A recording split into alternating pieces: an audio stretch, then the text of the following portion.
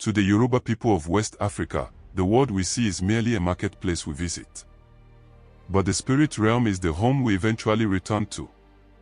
Death is not a final curtain, but a Herculean transition, a perilous journey across the veil, where your very soul is weighed against the character you forge in life. Imagine standing at the threshold of existence, where your physical body turns to dust. But your inner head, your Ori, becomes the compass for a trek through 9 celestial realms. In this ancient cosmology, the universe is envisioned as a vast metaphysical calabash, or Igba. Here the top half represents the spiritual world of Orun, and the bottom half is our physical reality of Oye. These two halves fit tightly together, creating a reality where the invisible world is not far away, but is the inverted mirror image of everything we see. From the heaven of broken pots, to the blinding light of the Supreme Creator, the Yoruba afterlife is a landscape of warlords, goddesses, and the eternal cycle of the return. Today, we step beyond the grave to uncover the ancient mysteries of the Yoruba beyond. The truth of what happens when the drum of your heart finally falls silent.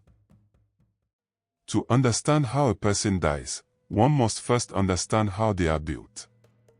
The Yoruba believe every human is a complex fusion of 3 distinct parts: the body, the breath, and the destiny. Your physical frame, the aura, was molded from the red clay of the earth by the deity of creation, a vessel designed only for a temporary stay in the world of men. Into this clay, the Supreme Creator breathed the Emi, the divine life force or animating breath that grants you consciousness and makes your blood pulse with the rhythm of the universe. But the most vital part of you is your Ori, your spiritual head, which you chose in the workshop of the Master of Heads before you were ever born. This Ori contains the map of your destiny, every success you will achieve, and the exact moment your journey in this world must end. Within this mystery is the Orinu, your inner self, which serves as the divine spark of knowing, communicating across the divide to your Eponri, the higher self or mirror double that resides permanently in the invisible realm of Orun. When death arrives, it is not an accident, it is the moment your Ori has exhausted its preordained package of destiny and prepares to lead you home to your source. As the breath leaves the body, the living begin a desperate race to clear the road for the departing soul.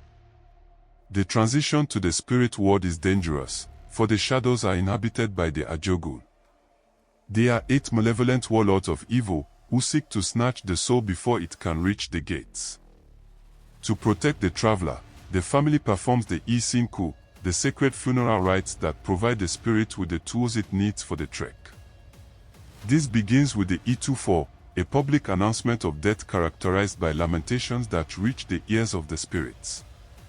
A black fowl, the Adiye Irono, is sacrificed. Its feathers are plucked and scattered along the path to distract the demonic warlords of disease and loss who lurk in the tall grass.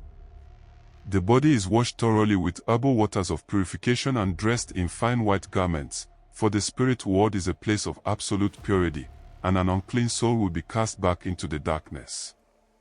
Admission may even be denied if the corpse is not properly washed, as any remaining dirt is believed to reappear as birthmarks if the soul reincarnates.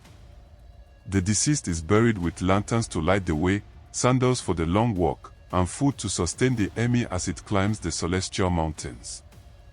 If the person died in old age, their death is a good death, a transition celebrated with drums and dancing as they prepare to join the League of Ancestors, the Oku Orun.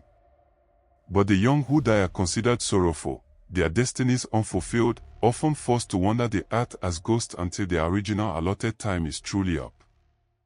At the edge of the world, where the winds howl with the voices of the unborn, stands the guardian of the gates. This is Oya, the goddess of the storm, known as Yensen. She who separates and guides. Standing at the threshold between life and death with her side of obsidian and her silver-handled fly whisk, she is the one who separates the wheat from the chaff and decides where your soul will rest among the 9 distinct realms of the afterlife. She looks past your earthly riches and your hollow titles, seeing only the weight of your Iwa, your inner character. Those who lived with kindness and honor are directed toward the higher realms, like Ọrun Rere, the good heaven where the ancestors feast under golden trees. Others may reach Ọrun Fufun, a realm of blinding white purity, or Ọrun Rere, where the soul finally merges with the infinite light of the Creator. But there is a place for those who chose the path of chaos and cruelty. The terrifying Ọrun Apadi. It is not a place of fire, but a wasteland of jagged and broken pottery, the heaven of broken potsherds. Just as a broken pot is useless and can no longer hold the water of life, the souls in this realm are discarded and forgotten, left to wander a grey desert of silence forever. Here, the warlord of death, with his ebony skull and blade of bone, keeps watch over the fragments of wasted lives. Yet, for many, the afterlife is only a rest stop on a much longer journey. The Yoruba believe in Àtúnwa, the great return. The mystery of the soul's rebirth into its own family lineage. This process of coming and going is broadly categorized into three forms: Ipodowoye, Okudoya, and the dreaded Obiku.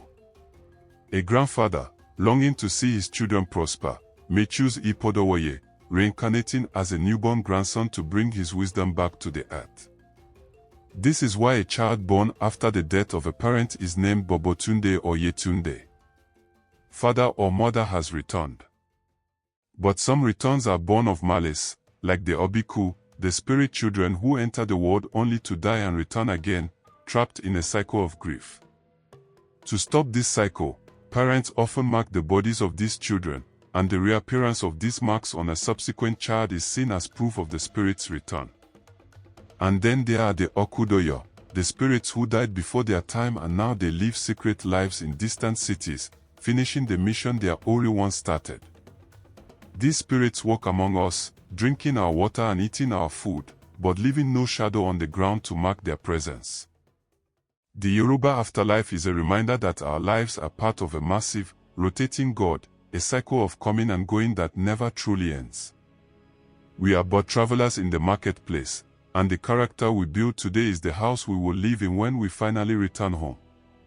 In this eternal marketplace, every deed is recorded and every heart is weighed, ensuring that no act of kindness or cruelty is ever truly forgotten by the Orisha. If you wish to journey deeper into the mysteries of the gods and the spirits who shape our world, subscribe to the Untold Gods. Until the drums beat again, remember, you are never truly lost, you are only on your way to the source.